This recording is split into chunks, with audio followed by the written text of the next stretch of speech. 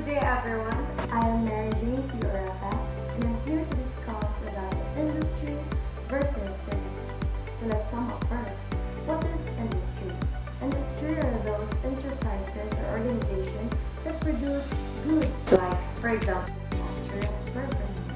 And for services, from the word itself, services, it is an action or task that businesses or individuals perform for others, or it is an action, skills, or expertise offered by someone. So in this slide, we have mineral potential and confidence. So as you all know, the Philippines are rich of minerals, and one of those is gold. However, it hasn't been able to turn this potential into successful industrial growth. This is partly because mining often harms the environment, which leads to strong opposition from local communities and environmental groups. On top of that, weak laws and poor enforcement allow illegal mining to continue, while many foreign-owned mines export raw materials instead of processing them locally, leaving the country with fewer economic benefits. And here, energy and steel making. The Philippines has significant potential in renewable energy and natural gas, but it still relies heavily on coal and imports its power needs. The dependence on external sources has prevented the country from fully developing its own energy sector and creating a more self-sustaining steel industry. As a result, the country's industrial growth has been limited as it faces higher energy costs and a lack of reliable local energy infrastructure to support large scale of manufacturing. We have the textile and garment industry. The Philippines textile and garment industry initially grew due to protectionist policies that shielded it from foreign competition.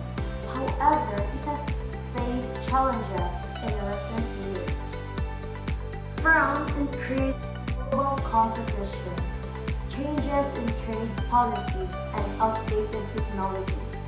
To remain competitive, the industry now needs to modernize its processes, focus on creating new and innovative products, and incorporate local materials like abaca into its production. And let's proceed to the automotive Philippines industry. The Philippine textile.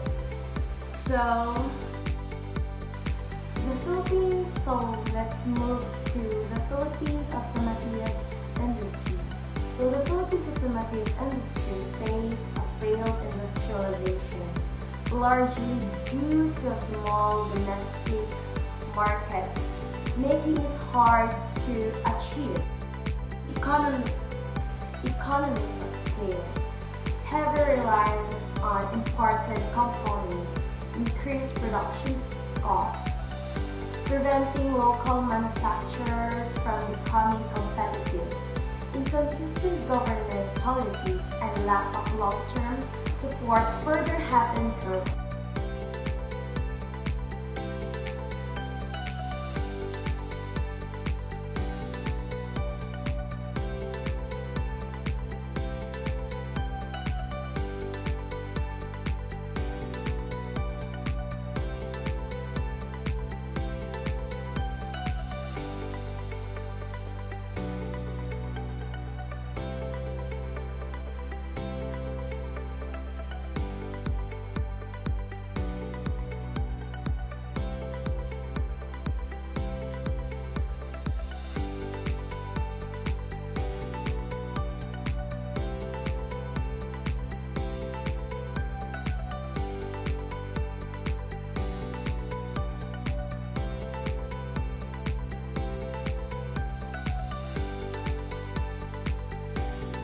So next, we are going to tackle about the rise of services. First, we're going to talk about the growth of services sector in the Philippines. Since the 1980s, the services sector has been a major driver of economic growth in the Philippines, now accounting for 55% of the country's gross domestic product, or in short, GDP. This means that more than half of the country's economic output comes from businesses that offer services instead of manufacturing and physical goods. This shift reflects global trends where economies increasingly rely on technologies, outsourcing, and financial innovations rather than traditional industries like agriculture and manufacturing. The strong growth of the services sector has created job opportunities and boosted foreign investments, making the Philippines the competitive player of the global market. Key industries driving growth. Several industries within the services sectors have been leading this expansion. Telecommunications has played a crucial role in connecting Filipinos nationwide throughout mobile networks, broadband internet, and digital platforms. This has allowed businesses and individuals to engage in an e-commerce, remote work, and digital banking, improving efficiency and accessibility. Call centers and business process outsourcing, or in short BPO, has also flourished, with the Philippines becoming the call center's capital of the world. Meanwhile, the financial services sector has expanded with the growth of online banking, mobile wallets like GCash and Maya, and fintech startups, making transactions faster and more convenient for the Filipinos. Next is the consumption-based economy. The Philippine economy relies heavily on the real estate and consumer spending rather than manufacturing and innovation. Large shopping malls dominate Metro Manila, reflecting a culture where economic activity is centered on consumption other than reproduction. Wealth is primarily based on land ownership and property development, which businesses, giants like SM and Ayala focusing on malls, condominiums, and commercial spaces instead of manufacturing industries that drive long-term economic growth. Next is the absence of industrial leaders. Unlike other countries that industrial pioneers like Bill Gates and Steve Jobs or Henry Ford, the Philippines lack major figures who have large-scale manufacturing and technological advancements. Next is the key manufacturing industry in the Philippines. Despite the struggles, some consumer goods industries within the industrial sector continue to thrive. The processed food industry, including instant noodles, canned goods, and snack foods, remain one of the country's strongest manufacturing sectors, catering to both domestic and export markets. The cigarette and tobacco industry has a long history of the Philippines, with local and international brands benefiting from the country's tobacco production. Lastly, the garments and textiles sector, while which significant, faces intense competition from the other Asian nations like China, Vietnam, and Bangladesh, which offer lower production costs and larger manufacturing capacities. Strengthening this industry could help balance the country's economic reliance on services, can create more diverse and opportunities for the Filipinos. So why the Philippines? The Philippines' strong cultural ties with North America make it an attractive outsourcing destination, as Filipinos workers can easily adapt to Western customer service expectations.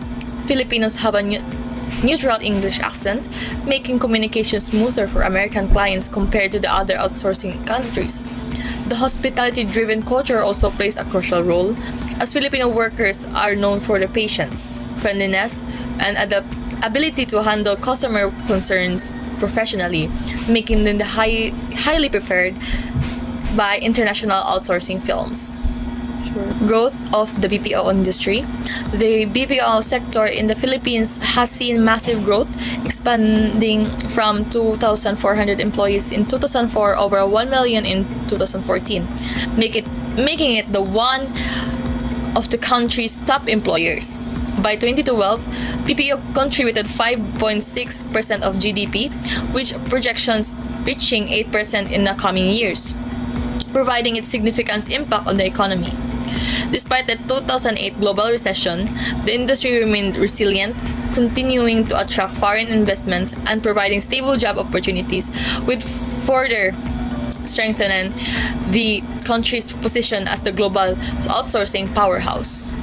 X is the call center's hub. English is an asset in globalization. The Philippines government has actively promoted business processes outsourcing or BPO, a key driver of economic growth, recognizing the country's English proficiency and skilled workforce as competitive advantages. BPO services go beyond call centers and include IT support, accounting, marketing, and other bank office operations, attracting multinational companies looking to outsource. With strong government support and initiatives, the goal is to surpass India as the world leader in outsourcing by offering cost efficiency, higher quality services that cater to global markets. Challenges of working in a call center. Working in a call center is often seen as a dead-end job because of its limited career growth opportunities and high turnover rates.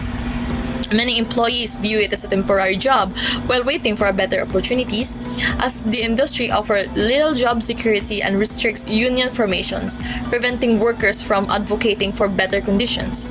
Additionally, the demanding night shifts, high stress levels, and health risks contribute to frequent resignation, making employee retention a significant challenge to BPS sector. Next is the Filipinos and the telecommunication boom. The Philippines has one of the highest rates of mobile phone and social media usage in Asia, with Facebook users even outnumbering internet users.